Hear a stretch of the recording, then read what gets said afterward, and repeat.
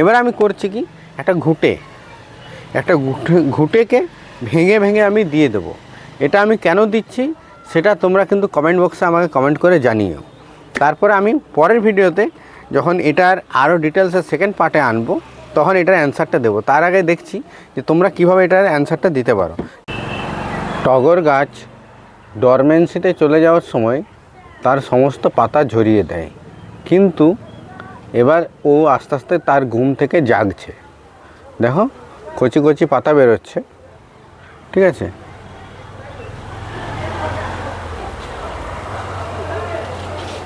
এখানে কুড়িও আসছে। এই সময় আমাদের একটা কাজ করতে হবে যে সে যেন তার ভালোভাবে ঘুম থেকে উঠে, তাই আমাদের শেকড় এবং তার ডালপালা কাটাই ছাঁটাই করতে হবে। দেখো এই গাছের কতটা শেকড় হয়ে গেছে, শেকড়গুলো মাটির বাইরে অবধি এসে গেছে। তো এই গাছটা কোন মাটিতে আমি বসাবো, কতটা শেকড় কাটবো, কতটা ডাল কাটবো, সেগুলো নিয়ে আজকের ভিডিও হতে চলেছে। তো চলো পুরো ভিডিওটা স্টেপ বাই স্টেপ দেখতে থাকো, এবং তুমিও তোমার গাছে যদি এটা অ্যাপ্লাই করো আর এর সাথে যে মাটিটা বলবো, যে খাবারটা বলবো সেটা যদি অ্যাপ্লাই করো, তাহলে তুমিও তোমার গাছে ভরে ফুল পাবে। চলো ভিডিওটা দেখতে থাকো। নমস্কার বন্ধুরা, আমি ডক্টর চন্দন, আর আমার ইউটিউব চ্যানেল গার্ডেন আর্টিস্টে তোমাদের স্বাগত জানাই। তো তোমরা গাছটা তো দেখলেই, এবারে আমি গাছটার কাটাই ছাঁটাই করব। কাটাই ছাঁটাই বলতে প্রথমে আমি গাছটার ওপর দিকটা কাটবো, তারপর রুটগুলো প্রুনিং করব। কারণ একবারে যদি রুটটাকে প্রুন করতে যাই তাহলে এগুলো ভেঙে যেতে পারে, ভেঙে গেলে কিন্তু জিনিসটা খারাপ হবে। তো চলো, একটা প্রুনার, যে প্রুনারটা দিয়ে কাটবে অবশ্যই সেটা কিন্তু স্যানিটাইজ করে নিও। স্যানিটাইজ কী দিয়ে করবে?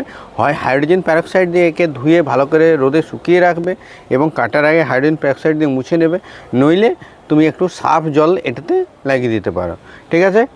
চলো এবার কাটছি আমি কোথা থেকে। দেখো, যেহেতু আমি একটা ছোট টবে করছি, আমি চাইছি না গাছটা অনেক বড় হয়ে যাক, কারণ গাছটা যদি অনেক বড় হয়ে যায় তো এক নম্বর টব থেকে পড়েও যাবে, আর তোমার গাছের খাবার ঠিকঠাক নিতে পারবে না, রুটের ডেভেলপমেন্ট অনেক হয়ে যাবে। এমনিতেই দেখেছো কত এর রুট মানে বেড়েছে, আমার গাছটা মানে ভরে দিয়েছে, এত রুট হয়েছে টবটা। তো তাই আমি ছোট করে রাখবো, তো ছোট করেই কাটছি। আমি মোটামুটি এরকম হাইটে কেটে নিচ্ছি। এই কাজগুলো কিন্তু আমাদের এই ফেব্রুয়ারি থেকে মার্চ মাসের মধ্যেই করতে হয়। দুটো ডাল আমার অবাঞ্ছিত বেরিয়েছে, এই দুটো ডালকে আমি কেটে দেবো। একদম গোড়া থেকে কেটে দেবো, ঠিক আছে। তাহলে গাছটা আমার দেখতে সুন্দর হয়ে গেল। তো এই সময় আমাদের এই ধরনের জিনিসগুলো করতে হবে, ঠিক আছে। হ্যাঁ, মোটামুটি গাছটা আমার শেপ এসে গেছে, ছোটোর মধ্যে আছে। এবার এটাকে আমি এই মাটি থেকে বের করব, মানে টব থেকে বের করে রুটগুলো কাটা ছাঁটা করবো। দেখো এটাকে বের করে নিয়েছি আমি, ঠিক আছে। একদম টবের শেপ হয়ে গেছে, কত শেকড়গুলো হয়েছে দেখো, তলাটা দেখতে পাচ্ছ একদম সাদা হয়ে গেছে। তো এটাকে এখন আমাকে কাটাই ছাঁটাই করতে হবে। কাটাই ছাঁটাই বলতে তলার থেকে পুরো বেদ, দেখো আমি কতটা কাটছি, ঠিক আছে। একদম চোখ বন্ধ করে কেটে দাও।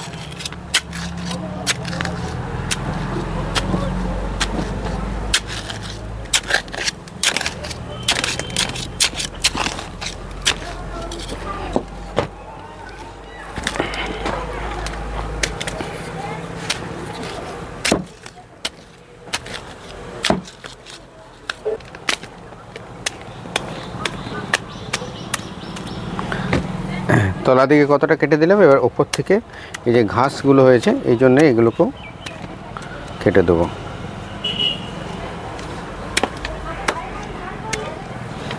দেখো কতটুকু করে দিলাম।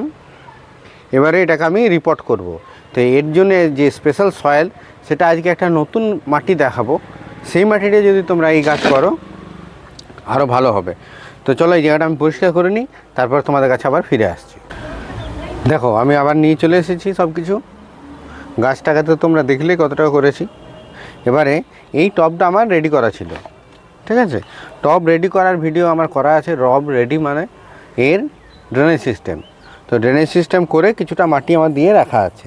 তো এই গাছের জন্য যে পারফেক্ট সয়েল যেটা আমি বানিয়েছি বা তোমরাও বানাবে যদি প্রচুর পরিমাণে ফুল পাও, সেটা হলো 2 ভাগ তুমি নেবে নদীর সাদা বালি মাটি, ঠিক আছে? 1 ভাগ নেবে তোমার হাতের কাছে যা মাটি আছে, মানে মূলত গার্ডেন সয়েল, সেটা নেবে।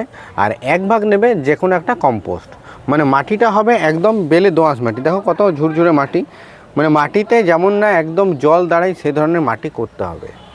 এবারে এখানে একটা টিপস বা ট্রিক্স, তোমার গাছ থেকে কীভাবে প্রচুর পরিমাণে ফুল পাবে। দেখো এই মাটিটা করেইছি, আমার টবে ড্রেনেজ সিস্টেম হয়ে আছে, কিছুটা মাটি দেওয়া আছে, ঠিক আছে, হাফ টব মতো মাটি দেওয়া আছে। এবার আমি করছি কি, একটা ঘুঁটেকে ভেঙে ভেঙে আমি দিয়ে দেবো। এটা আমি কেন দিচ্ছি সেটা তোমরা কিন্তু কমেন্ট বক্সে আমাকে কমেন্ট করে জানিও। তারপরে আমি পরের ভিডিওতে যখন এটার আরও ডিটেলসের সেকেন্ড পার্টে আনবো তখন এটার অ্যান্সারটা দেবো। তার আগে দেখছি যে তোমরা কীভাবে এটার অ্যান্সারটা দিতে পারো। দেখো আমি এই ভেঙে ভেঙে এই হাফ মাটির মধ্যে ঘুঁটেটাকে দিয়ে দিচ্ছি, ঠিক আছে? এখানে একটা থেকে দুটো ঘুঁটেও দেওয়া যায়, তো আমি একটাই দিচ্ছি মাঝ বরাবর। কিন্তু এই যে ঘুঁটেটাকে ভেঙে ভেঙে দিয়ে দিলাম।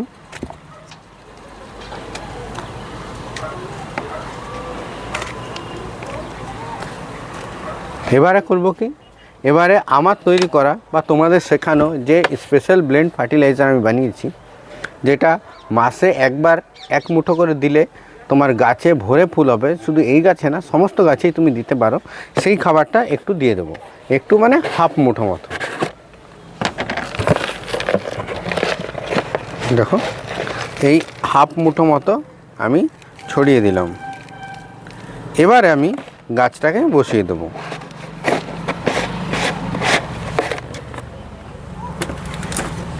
দেখো গাছটাকে বসিয়ে দিচ্ছি, এবং তবে গাছটা বসাচ্ছি মাঝ বরাবর বসাবো, দেখতে যাতে ভালো লাগে। ঠিকই আছে, এবারে বাকি মাটিটা আমি দিয়ে দিই। আচ্ছা, ঘুঁটে তো তোমার কাছে আছে, স্পেশাল ব্লেন্ড ফার্টিলাইজার যদি না থাকে তুমি কি করবে, কি খাবার দেবে এই জায়গাতে? এই জায়গাতে তোমাকে দিতে হবে 2 চামচ সুপার ফসফেট, 1 চামচ হাড়ের গুঁড়ো, হাফ চামচ হিউমিক অ্যাসিড, আর হাফ চামচ পটাশ, ঠিক আছে? 2 চামচ সুপার ফসফেট, 1 চামচ হাড়ের গুঁড়ো, হাফ চামচ হিউমিক অ্যাসিড, আর হাফ চামচ পটাশ।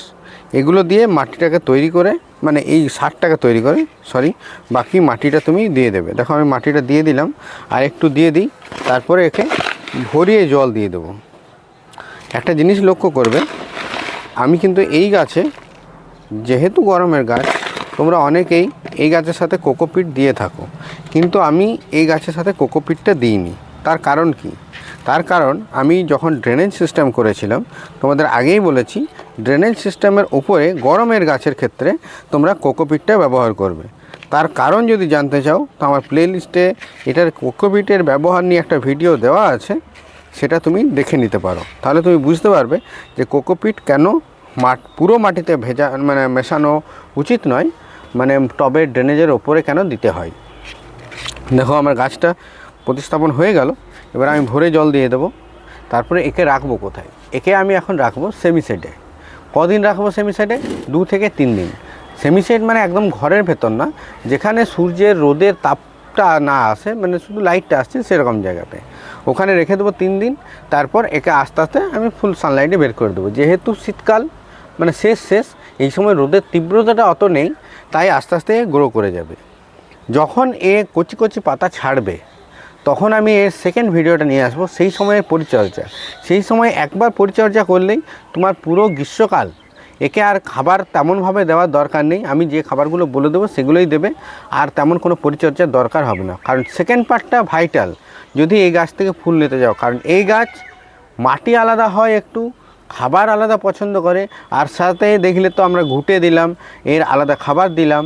তো এগুলো নিয়ে যদি আরও ব্রিফলি যদি জানতে চাও, তাহলে কিন্তু তুমি সেকেন্ড পার্টের জন্য, যদি তুমি আমার নতুন ভিউয়ার হও, তাহলে চ্যানেলটাকে সাবস্ক্রাইব করে নেবে। আর যদি তুমি আমার পুরনো ভিউয়ার হও, তাহলে অবশ্যই লাইক একটা করবে, একটা কমেন্ট করবে যে তুমি কোথা থেকে দেখছো, আর আমি ঘুঁটেটা কেন দিলাম। ততক্ষণ সবাই খুব ভালো থাকো, খুব ভালোভাবে বাগান করো। নমস্কার।